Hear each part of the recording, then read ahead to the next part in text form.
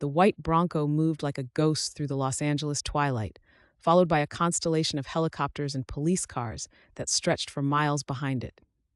95 million people watched that slow-motion chase, but none of them could see the man hunched in the back seat, holding a gun to his own head. Now sit with that for a second. This wasn't just any fugitive. This was America's golden boy, coming apart in real time on live television.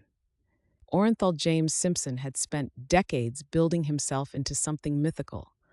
The kid from the Potrero Hill projects in San Francisco who ran so fast, so beautifully, that he seemed to float above the ground. At USC, he was more than a football player. He was poetry in motion, a Heisman Trophy winner who made grown men weep watching him dance through defensive lines like they were standing still. The NFL came next, and OJ, he became the first player to rush for over 2,000 yards in a single season. But even that wasn't enough for him. Acting, commercials, that famous Hertz campaign where he sprinted through airports, O.J. Simpson wasn't just an athlete. He was a brand. He was charm incarnate. The man who could make white America forget for a moment that he was black. The crossover dream made flesh. He lived in Brentwood now, in a mansion that cost more than most people see in a lifetime. Married to Nicole Brown, a stunning blonde, 17 years younger, with 2 beautiful children. The American dream, served up on a silver platter. But dreams, honey, have a way of curdling when no one's looking. The marriage was fracturing long before that night in June. Nicole had called 911 8 times. 8. Her voice shaking as she told dispatchers about OJ's rages, his fists, his threats. "He's going to beat the shit out of me," she whispered into the phone on New Year's Day 1989. And when police arrived, they found her hiding in the bushes, a handprint bruised into her neck.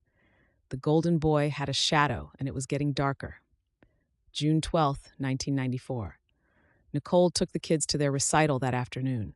OJ was there too, sitting apart from the family, his face a mask of barely controlled fury.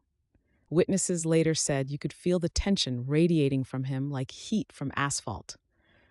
That night, Nicole went to dinner at Mezzaluna with her family. She was laughing in the photos from that evening, radiant in a black dress, completely unaware that she had hours left to live.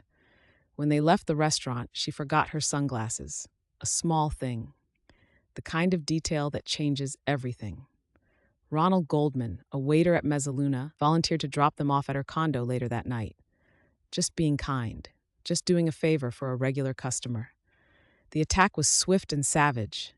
Nicole's throat was slashed so deeply she was nearly decapitated. Ron fought. His hands were cut to ribbons from trying to grab the blade, defensive wounds covering his arms. But there was too much rage behind that knife, too much strength. They were found the next morning by a neighbor walking her dog, lying in a pool of blood so vast it had seeped into the concrete. 2 beautiful people, butchered outside a Brentwood condo while their killer disappeared into the night. The investigation began the way these things always do, with the husband. Statistics don't lie, and in cases like this, the statistics scream. But O.J. Simpson wasn't just any husband. He was famous. He had money. He had lawyers who wore $1,000 suits and spoke in sound bites. Still, the evidence was everywhere. Blood in his white Ford Bronco. Blood on the glove found behind his house.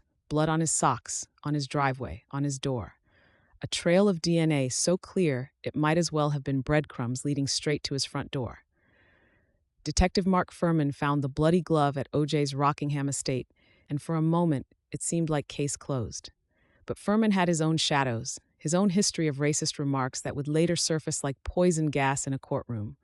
The defense would use those shadows, weaponize them, turn them into reasonable doubt. When they came to arrest OJ, he was gone, vanished. Left behind a rambling suicide note that read like the confession of a broken man. "I loved her, always have and always will. If we had a problem, it's because I loved her so much." And then came the chase. That white Bronco crawling down the 405 freeway at 35 miles per hour, Al Cowlings behind the wheel, OJ in the back with a gun and a passport and $8,000 in cash. America watched, hypnotized, as their hero transformed into something unrecognizable before their eyes. The trial became a circus, a racial reckoning disguised as a murder case. Johnny Cochran and the Dream Team turned a courtroom into theater. making it about everything except the two people who died. "If it doesn't fit, you must acquit," Cochran declared, as O.J. struggled with gloves that seemed too small, gloves that had shrunk from being soaked in blood, gloves worn over latex gloves, gloves that became props in a performance. Judge Lance Ito lost control of his courtroom.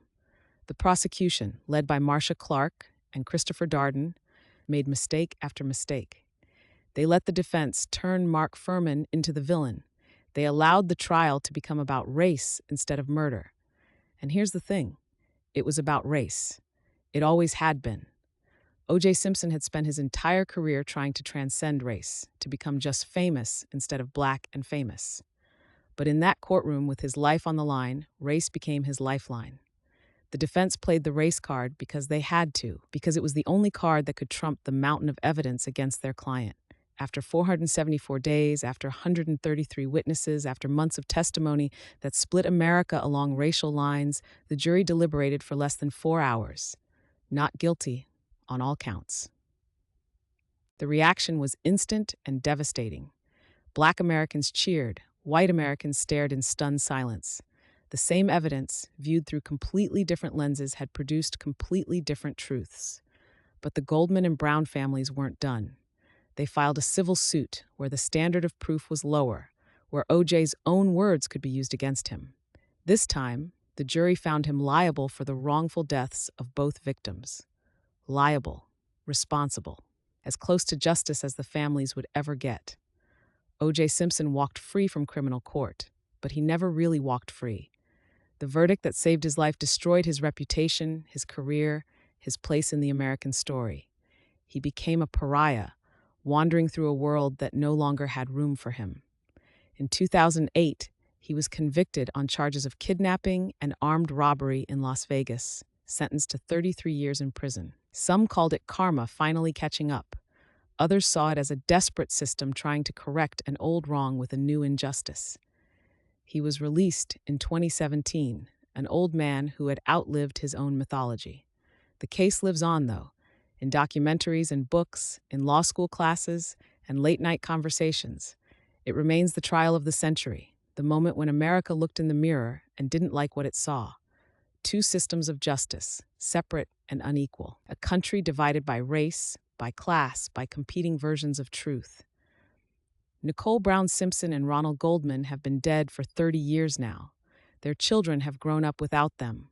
Their families still carry the weight of that June night, still wonder what might have been if Nicole had remembered her sunglasses, if Ron had gone straight home, if the universe had shifted just slightly in their favor. The white Bronco is in a museum now, a relic of a moment when America watched its hero become its villain in real time. But the questions it raised, about race, about justice, about the price of fame, those questions are still with us, still waiting for answers that may never come.